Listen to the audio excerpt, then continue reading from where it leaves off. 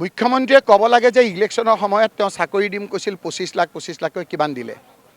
6 জনগোষ্ঠীক জনজাতি দিম বুলি কৈছিল 100 দিনৰ ভিতৰত কিমান দিলে সেইটোকে নকৈ তেওঁ এতিয়া কামিহাৰ ভাঙাৰ কথা কৈছে অসমৰ ৰাইজে তেওঁৰ কামিহাৰ ভাঙিব উঠিব নোৱাৰাকৈ অসমৰ ৰাইজে বুজি পাইছে যে কোনে গড় হত্যা কৰিছিল কোনে ৰক্ষণাবেক্ষণ দিছিল যোনে মাৰিছিল যিজনৰ মানৱেন্দ্ৰ শৰ্মা হত্যাকাৰী বিচাৰ নহ'ল সেইকাৰণে আমাৰ জুবিন গাৰ্গৰ মৃত্যু হ'বলগীয়া হ'ল ষড়যন্ত্ৰকাৰীক হত্যা কৰা হ'ল একেজনে আপোনাৰ দয়াৰ মাক একেজনে কইনাৰ মাক যিজনে আপোনাৰ বিভিন্ন এক্সট্ৰিমিষ্ট লগাই গড় মাৰিছিল সেইজনে এতিয়া ৰক্ষণাবেক্ষণ দিছে দিনৰ পোহৰৰ দৰে সকলো স্পষ্ট হৈ গৈছে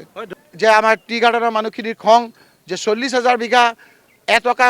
বিঘা প্ৰতি আদানী আম্বানীক দি দিছে তেওঁলোকে এইবাৰ বিজেপিক লগ দি দিয়ে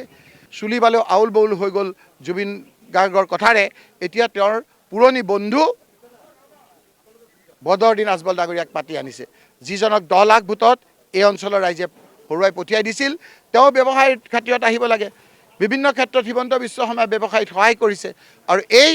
বদৰুদ্দিন আজমল ডাঙৰীয়া আহি কৈছে যে মোৰ বহু দিনৰ ইচ্ছা যে মোৰ এমএলএৰ দ্বাৰা হিমন্ত বিশ্ব শৰ্মাক মুখ্যমন্ত্ৰী বনাব লাগে আৰু হিমন্ত বিশ্বও কৈছে যে हमरा बहुत दिन का तमन्ना है था যে হিমন্ত বিশ্ব বদৰুদ্দিন আজমল কা যে हमको चीफ मिनिस्टर बनाने के लिए এই যেটো আপোনাৰ অবৈধ সম্পৰ্ক এই যে নেক্সাছ এই কথাবিলাক ৰাইজৰ চকুত ধৰা পেলাইছে